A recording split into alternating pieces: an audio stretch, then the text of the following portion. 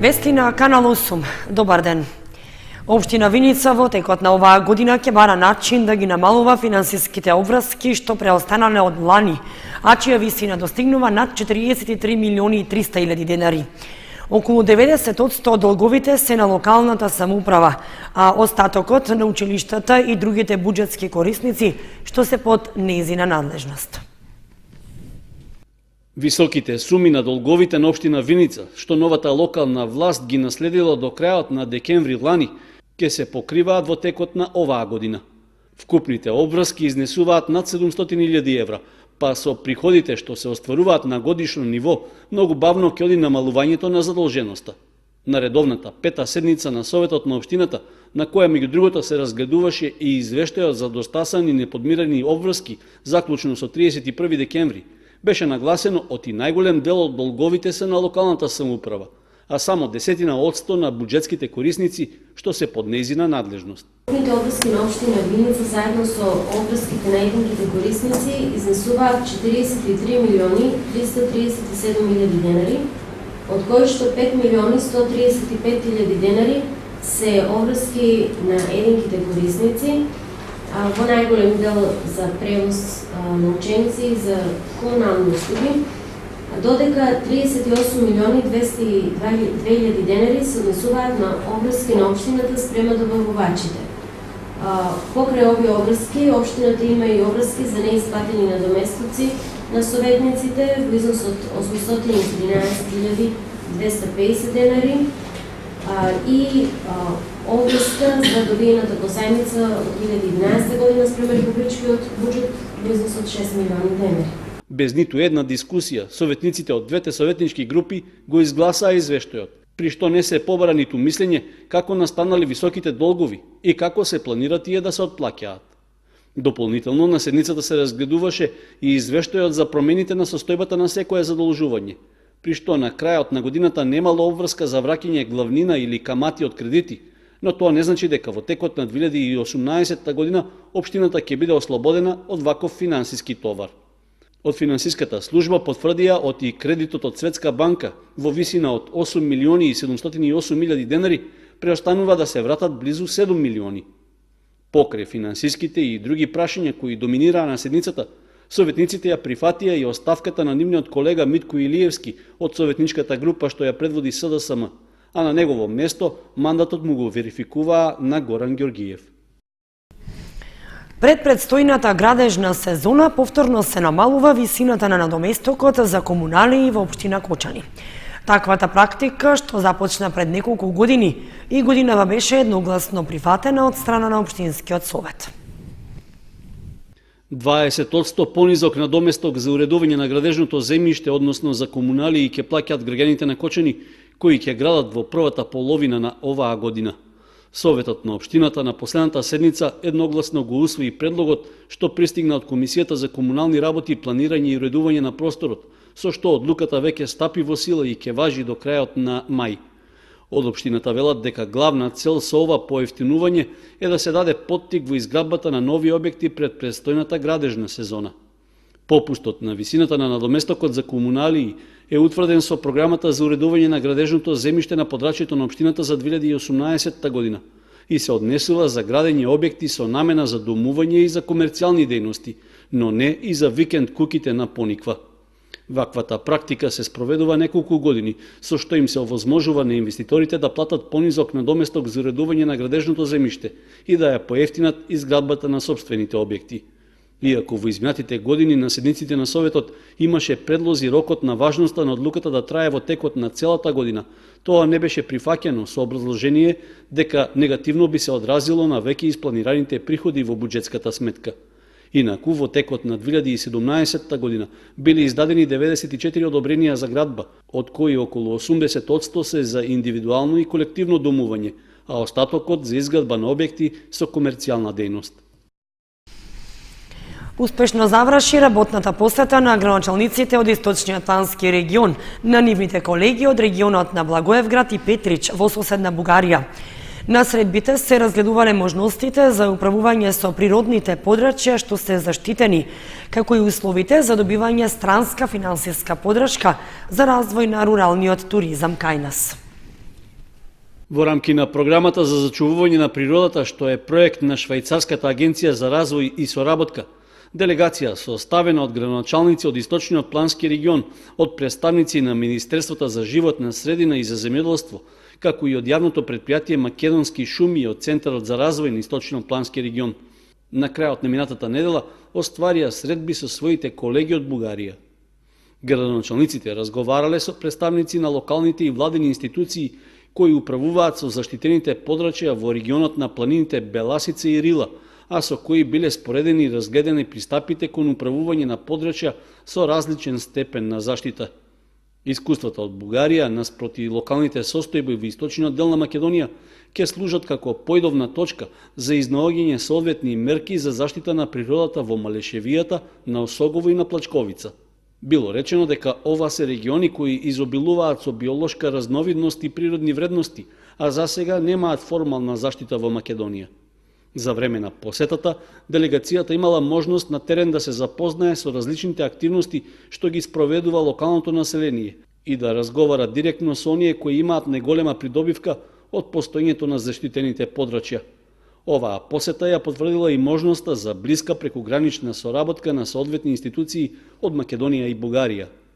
Една од клучните цели на програмата за зачувување на природата е подобрување на состојбата со природните вредности во сливот на реката Брегалница, како и промоција на нивното одржливо користење и управување преку воспоставување заштитени подрачја и други активности. Координатор на програмата е Фармахем од Скопје, главен партнер Министерството за животна средина и просторно планирање, а стратешки партнер е Центарот за развој на Источниот плански регион. Спроведувач на активностите поврзани со оваа компонента од програмата е Македонското еколошко друштво. Од Центарот за вработување Кочани информираат дека излезе на јавниот оглас за невработените лица за учество во програмата за условен паричен надоместок за субвенционирано вработување на лица во социјален ризик. Понискиот износ на субвенцијата е бруто месечна плата од 17.500 денари по вработено лице, а повисокиот износ на субвенцијата е бруто месечна плата од 19.500 денари по вработено лице. И овие износи ќе се исплаќаат во текот на првите 6 месеци од периодот на субвенционирано вработување. Огласот трае до 28 февруари 2018. Врз основа на оперативниот прирачник за програмата за условен паричен надоместок за субвенционирано вработување на лица во социјален ризик, од Агенцијата за вработување Кочани информираат дека е излезен јавниот оглас до невработените лица за учество во програмата за условен паричен надоместок за субвенционирано вработување на лица во социјален ризик, во кои се повикуваат невработените лица од споменатите целни групи да се пријават во работните клубови на центрите за вработување, каде се евидентирани како невработени лица, со цел да аплицираат за учество во програмата, која вклучува 6-месечна субвенција на бруто плата со обврска на работодавачот, работникот да го задржи дополнителни 6 месеци на работа. Субвенцијата ќе се исплаќа во два износа, еден понизок за лицата кои немаат квалификации и еден повисок за оние лица со повисок степен на образование или кои ќе бидат вработени на места на кои се извршуваат покомплексни работни задачи. Понискиот износ на субвенцијата е бруто месечна плата од 17.500 денари по вработено лице, а повисокиот износ на субвенцијата е бруто месечна плата од 19.500 денари по вработено лице. И овие износи ќе се исплаќаат во текот на првите 6 месеци од периодот на субвенционирано вработување. Дополнително на ова, во текот на првите 6 месеци од периодот на субвенционираното вработување на работодавачот ќе му се исплаќаат по 5.000 денари по вработено лице преку оваа програма и истите ќе бидат наменети за покривање на трошоците за обука и материјали. Работодавачот е должен на вработените да не им исплаќа плати пониски од добиената субвенција во периодот од 6 месеци по субвенционираното вработување. Право на учество во програмата имаат невработени лица кои припаѓаат на една од целните групи: корисници на социјална парична помош, лица кои до 18 годишна возраст имале статус на деца без родители и родителска грижа, лица кои биле корисници на програмата условен паричен надоместок за средно образование, членови на семејства корисници корисници на едно од следниве права: постојана парична помош и детски додаток. Жртви на семејно насилство, чиј месечен семеен приход по член на семејство во годината пред годината во која аплицираат е понизок од 50% од последната просечна нето плата објавена од Државниот завод за статистика. Лица кои биле корисници на државна стипендија во последните 15 години и лица до 29 години чиј месечен семеен приход по член на семејство во годината во која аплицираат е понизок од 50% од последната просечна нето плата. Заинтересираните невработени лица може да поднесат пријави во работните клубови во центрите за вработување до 28 февруари 2018 година, секој работен ден од 7:30 до 15:30 часот. Детални информации можат да се добијат и во работните клубови на 30 центри за вработување на Агенцијата за вработување на Република Македонија. А врз основа на оперативниот прирачник за програмата за условен паричен надоместок за субвенционирање вработување на лица во социјален ризик се објави и јавниот повик до работодавачите, во кој пак се повикуваат работодавачите кои имаат потреба од нови вработувања со субвенционирање на бруто плата да аплицираат за учество во програмата која вклучува 6-месечна субвенција на бруто плата. За тоа кои лица може да ги вработи работодавачот, важат истите целни групи на невработени лица од огласот за невработените. Децата од големите групи на детската градинка Павлина Велјанова преку десеминацијски сесии, кои што содржат игри и забава, се запознаваат со Црвениот крст како организација, а се учат и на хуманост и помагање меѓу себе. Сесиите ги реализираат волонтери од Кочанскиот Црвен крст.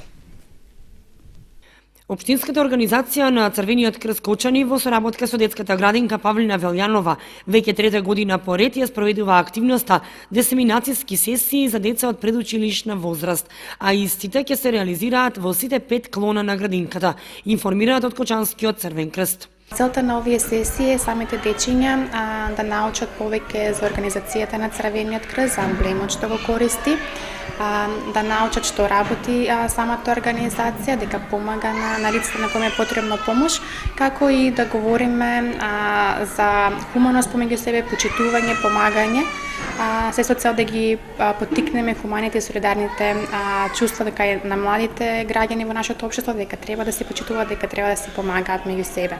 Првата работилница се одржа со децата од клонот 2 кај Руен. Сесиите продолжуваат и во текот на утрешниот ден во останатите клона на градинката. Оваа активност во Кочанската градинка се реализира по трети пат и е успешно прифатена и од децата и од самите институции. Соработката на Општинската организација на Црвениот крст Кочани со градинката ќе продолжи и годинава со реализирање на неколку проектни активности.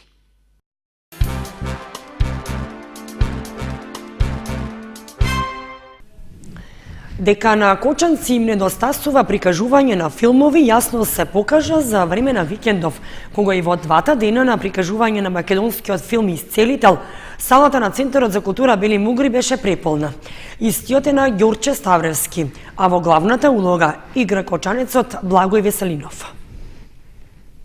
Преполната сала на Центарот за култура Бели Мугри во Кочани за време на викендов, каде се бараше место повеќе за гледање на филмот Исцелител, јасно кажува дека на кочанци им недостасува прикажување на филмови. Дополнително што овој беше македонски филм, во кој главната улога ја игра кочанецот Благој Веселинов. Филмот беше прикажан премиерно во саботата и репризно во неделата, а сценариото, режијата и продукцијата се на Ѓорче Ставревски. Улогите во филмот ги играат Благој Веселинов, Анаста Становски, Аксел Мехмет, Александар Михик, Мирослав Петковиќ, Дими Илиев и Симона Димковска. На премиерата во саботата од екипата која што учествува во филмот присутни беа актерите Благој Веселинов, Анаста Становски и Аксел Мехмет, Дејан Димески, директор на фотографија, како и самиот сценарист и режисер Ѓорче Ставревски. Инаку Исцелител е црна комедија за двајца луѓе, татко и син. Веле работи во железничкото депо како механичар и платата му доцни со месеци. Немајќи пари да купи лекови за својот татко кој е болен од рак, тој прави колач со украдена марихуана за да му ги ублажи неподносливите болки. Одеднаш е притиснат од криминалците кои си ја бараат другата назад и соседите душкала кои сакаат рецепт за магичниот колач, а во Веле гледаат Нова надеж Исцелител. Инаку, Центарот за култура Бели Мугри, како институција, го даде максимумот за промоцијата на филмот, а оттаму најавуваат дека со исто темпо ќе продолжат и во текот на 2018 година.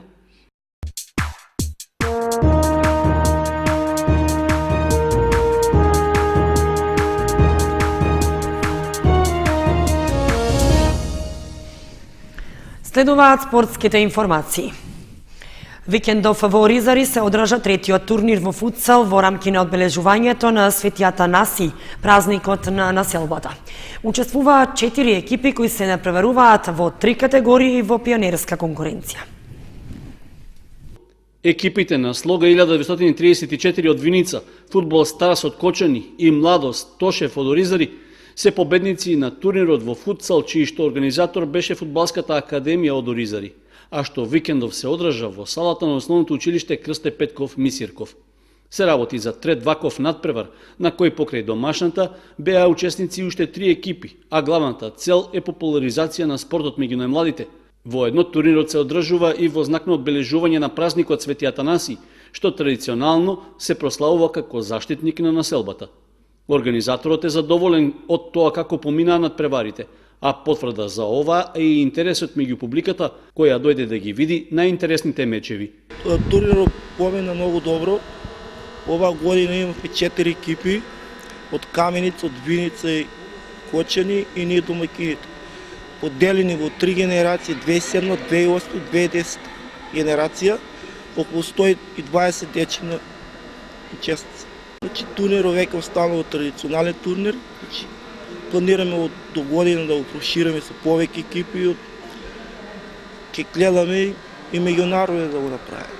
Во финалниот надпревар за пионери родени 2010 година играа Фудбал Старс и Слога 1934, при што кочанските најмлади фудбалери беа подобри и победија со 2:0, со што го освоија првото место. Јас се викам Филип Митев, играм 2 години фудбал во екипата Фудбал Старс. На овој турнир победивме, освоивме прво место. Кај генерацијата 2008 во финалето играа Саса и Слога 1934, при што виничани убедливо победија со резултат 4:1 и заслужено го освоија првото место. Во највозрасната категорија фудбалери родени 2007 година за првото место играа Фудбал Старс и Младост Тошев, а на крајот подобри беа домакините, победувајќи со 2:1. Признанието најдобар играч во генерацијата 2008 му припадна на Давид Николов, а кај генерацијата 2007 на Стефан Момчилов и двајцата од Младост Тошев. Исто така, за најкорисен фудбалер на турнирот беше прогласен домашниот Андреј Стоименов. Јас се викам Андреј Стоименов, играм скоро 1 година фудбал. На овој надпревар добив една диплома и дадов 5 гола. Јас се викам Стефан Момчилов и многу сум задоволен од екипата и ја добив диплома за најдобар играч и дадов 3 гола. За најдобри голмани по генерации беа прогласени Филип Лазаров, Лео Горановски и Бране Стоименовски од Слога. Турнирот во Оризари се одржа со поддршка од локалната самоуправа на општина Кочани, а успехот на најмладите фудбалери им го честиташе и градоначалникот Николчо Илиев. Викендов се одржа годишното изборно собрание на Општинскиот фудбалски сојуз од Кочани, на кое за нов председател е избран Владо Андов. Иако него доби потребното мнозинство гласови од присутните делегати, сепак официјално беше речено дека тој ќе го раководи сојузот во наредниот период. Владо Андов е избран за нов председател на Општинскиот фудбалски сојуз од Кочани на годишното изборно собрание што се одржа во саботата. Сепак, впечаток е од и целата постапка помина во чудна и тензична атмосфера, откако по неколку часовни дискусии што на моменти се одвиваа на висок тон и со натегања, за Андов гласаа 12 делегати. Необично во сето тоа е што на годишното собрание имаше 29 делегати, но со подоцнежното пребројување констатирано е оти тројца си заминале. И покрај тоа, пресметката покажува оти новоизбраниот председател не го добил мнозинството од 50% од присутните плюс 1 глас. Поради тоа се поставува прашањето дали изборот е легитимен, особено што неговиот против кандидат Љупчо Георгиевски ниту не влезе во опција за гласање, затоа што немал легитимна кандидатура, иако документите му биле прифатени без забелешки. Дополнително, дури му беше и овозможено пред присутните делегати да даде образложение за својата кандидатура. По изгласувањето на Андов за прв човек на Општинскиот фудбалски сојуз, за подпредседател беше избран Зоран Васевски. На забелешките што ги упатија присутните за легитимноста на целата постапка, представникот од Фудбалската федерација на Македонија го избегна директното соочување, туку рече дека ќе испрати писмен одговор. Инаку, новата функција на Андов ќе му биде трета, со оглед што веќе неколку години е председател на третата фудбалска лига Исток, а истовремено е и координатор на женскиот фудбал во Македонија. На челната позиција на Општинскиот фудбалски сојуз тој доаѓа на местото на досегашниот председател Љупчо Папазов, кој поднесе оставка.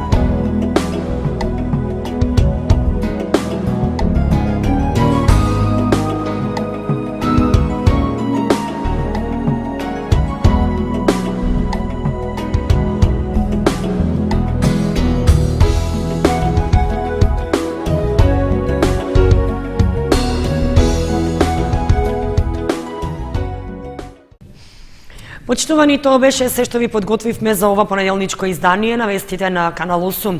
Ви посакуваме пријатна вечер. Довидување.